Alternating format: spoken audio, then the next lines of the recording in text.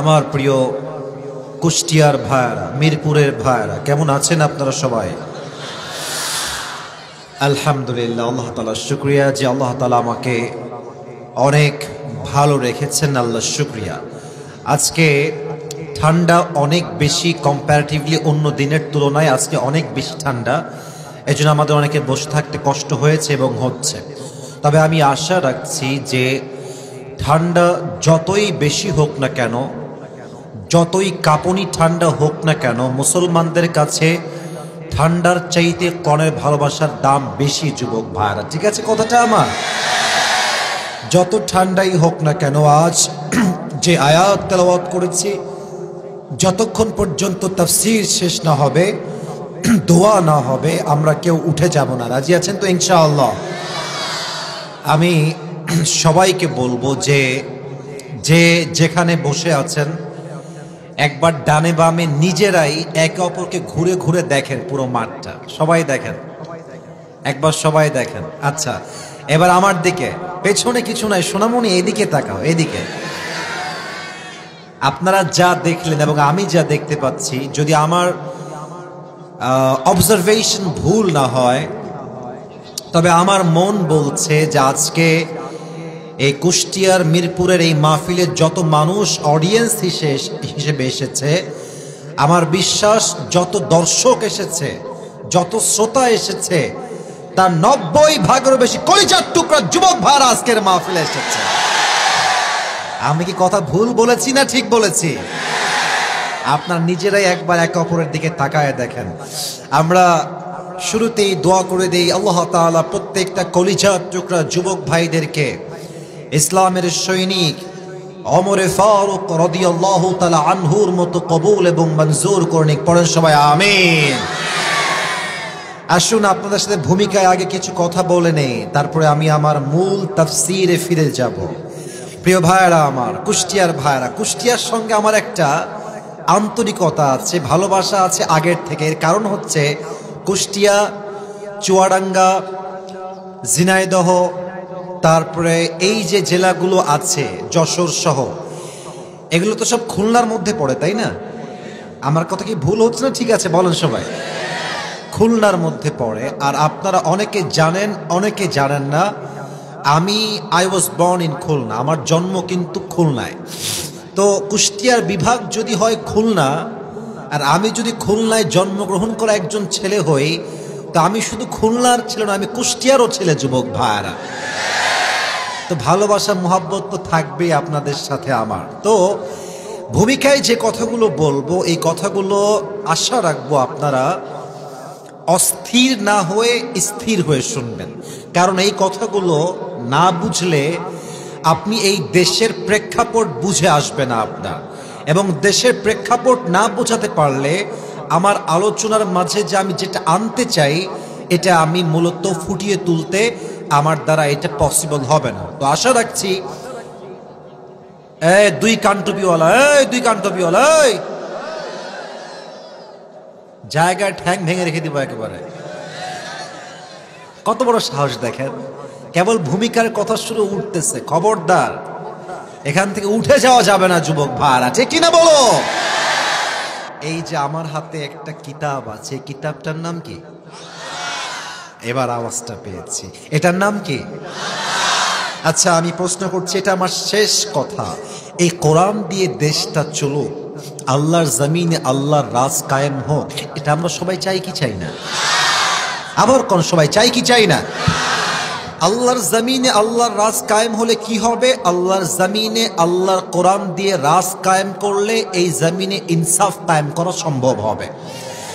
একটা এক্সাম্পল দেই, এই যে তুমি আমার কলিজার টুকরা লাল চাদরওয়ালা ভাই, দাঁড়াও তো কলিজার ভাই। না, তোমাকে ধমক দিব না, এমনি দাঁড়াও দাঁড়াও।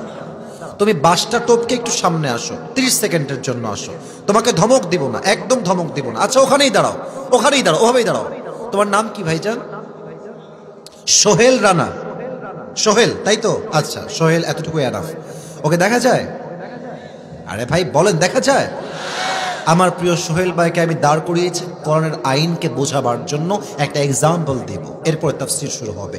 প্রিয় ভাই, তোমার নাম সোহেল, তোমার বাসা কি এই এলাকায়? এখানে? আচ্ছা, মনে করেন যে সোহেলকে আমি রেগে গিয়ে ওর যে ডান পা আছে, ডান পা ঠ্যাং এক কোপ দিয়ে কেটে ফেললাম, ওর ডান পা ডান ঠ্যাং। এখন কুষ্টিয়ার লোকজন খুব ক্ষেপে গেল যে হুজুরকে নিয়ে আসলাম ওয়াশ করতে, হুজুর ঠ্যাং কেটে ফেললো, দে হুজুর নামে মামলা লাগায় দে। বসে পড়েন। এবার কুষ্টিয়াতে আমার নামে মামলা হলো, আগামীকাল কোর্টে আমাকে তোলা হলো একজন আসামি হিসেবে। তো জজের কাছে আমার মামলা রিপ্রেজেন্ট করা হলো যে আসিফ হুজুর অমুক এলাকায় ওয়াজ করতে গিয়ে সোহেল নামের একজন যুবকের পা কেটে ফেলেছে। এখন আমাদের দেশের যে তথাকথিত সিস্টেম আছে, আইনের সিস্টেম, সেই অনুযায়ী বিচার হলো যে আসিফ হুজুর যেহেতু ওই যুবকের ডান পা কেটে দিয়েছে, তাই আসিফ হুজুরের বিচার হিসেবে জরিমানা হিসেবে 1 লাখ টাকা জরিমানা করা হলো এবং তাকে 1 বছরের জেল দেওয়া হলো। এখন কোনো একটা বিচার সঠিক হলো কিনা, তার ওজন ঠিক আছে কিনা, আমি যে মরিচ কিনলাম মরিচটা 5 কেজি আছে কিনা, এটা বোঝার জন্য আমরা একটা পাল্লা ইউজ করি কুষ্টিয়ার ভাড়া। এই পাল্লার নাম কি বলেন তো সবাই? দাড়ি পাল্লা। আমি আওয়াজটা উত্তরটা জোরে পাই নাই, বলেন সবাই কি পাল্লা? দাড়ি পাল্লা। তো দেখেন আমার বিচারটা সঠিক হলো কিনা এটা বোঝার জন্য এক কাজ করেন, একটা দাড়ি পাল্লা নিয়ে আসেন। সোহেলের ডান পা কেটে দিয়েছি, ওর ডান পা আপনি দাড়ি পাল্লার ডান পাশে রাখেন। আর জজ সাহেব যে আমার বিচার করলেন 1 লাখ টাকা আর 1 বছরের জেল, ওই 1 লাখ টাকা আর 1 বছরের জেল আপনি দাড়ি পাল্লার বাম দিকে রাখেন। কথা কিন্তু বুঝে শুনবেন, নয় কিন্তু পয়েন্টটা হারাই ফেলবেন আপনারা। এবার ওর ডান পা ডান ঠ্যাং ডান পাল্লায়, আমার 1 বছরের জেল আর 1 লাখ টাকা বাম পাল্লায়, 2 দাড়ি পাল্লায় 2টা রাখা হলো। এবার টান দেন তো, বুঝে কন, এদিকে একটা ঠ্যাং, এদিকে 1 লাখ টাকা আর 1 বছরের জেল। এটা হচ্ছে আমার বিচার।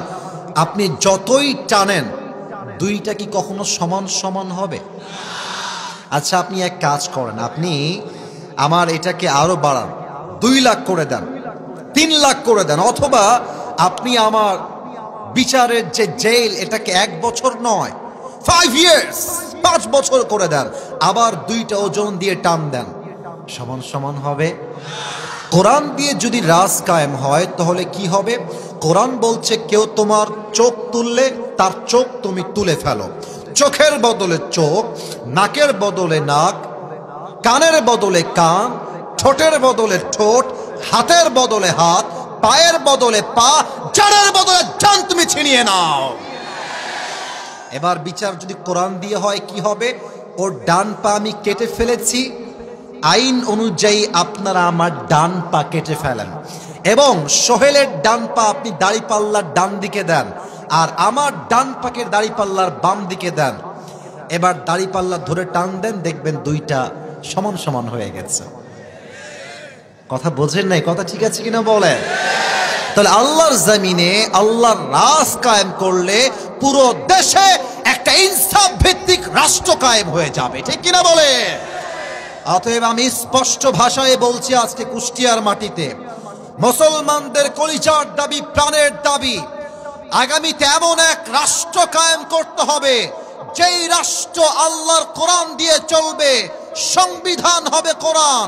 এই কথাকে মাইনাস করে কোন স্বৈরাচারকে যদি দেশের নেতৃত্বের চেয়ারে বসানো হয় আর ডাক যদি আসে স্বৈরাচারকে পতন করবার জন্য, আল্লাহর জমিনে আল্লাহর রাজ কায়েম করবার জন্য বুকের তাজা রক্ত দিয়ে শহীদ হয়ে আল্লাহর জমিনে আল্লাহর রাজ কায়েম করতে হবে, শহীদ হওয়ার জন্য, বুকের তাজা রক্ত দেওয়ার জন্য কুষ্টিয়ার কোন কোন যুবক প্রস্তুত থাকবা? দুটো হাত তুলে আল্লাহকে দেখায় দাও।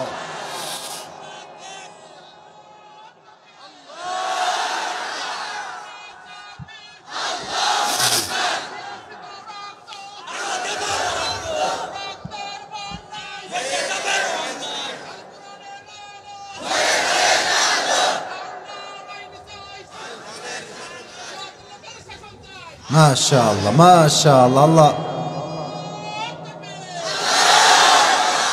আল্লাহ স্লোগানকে কবুল করুন। সবাই পড়া আমিন।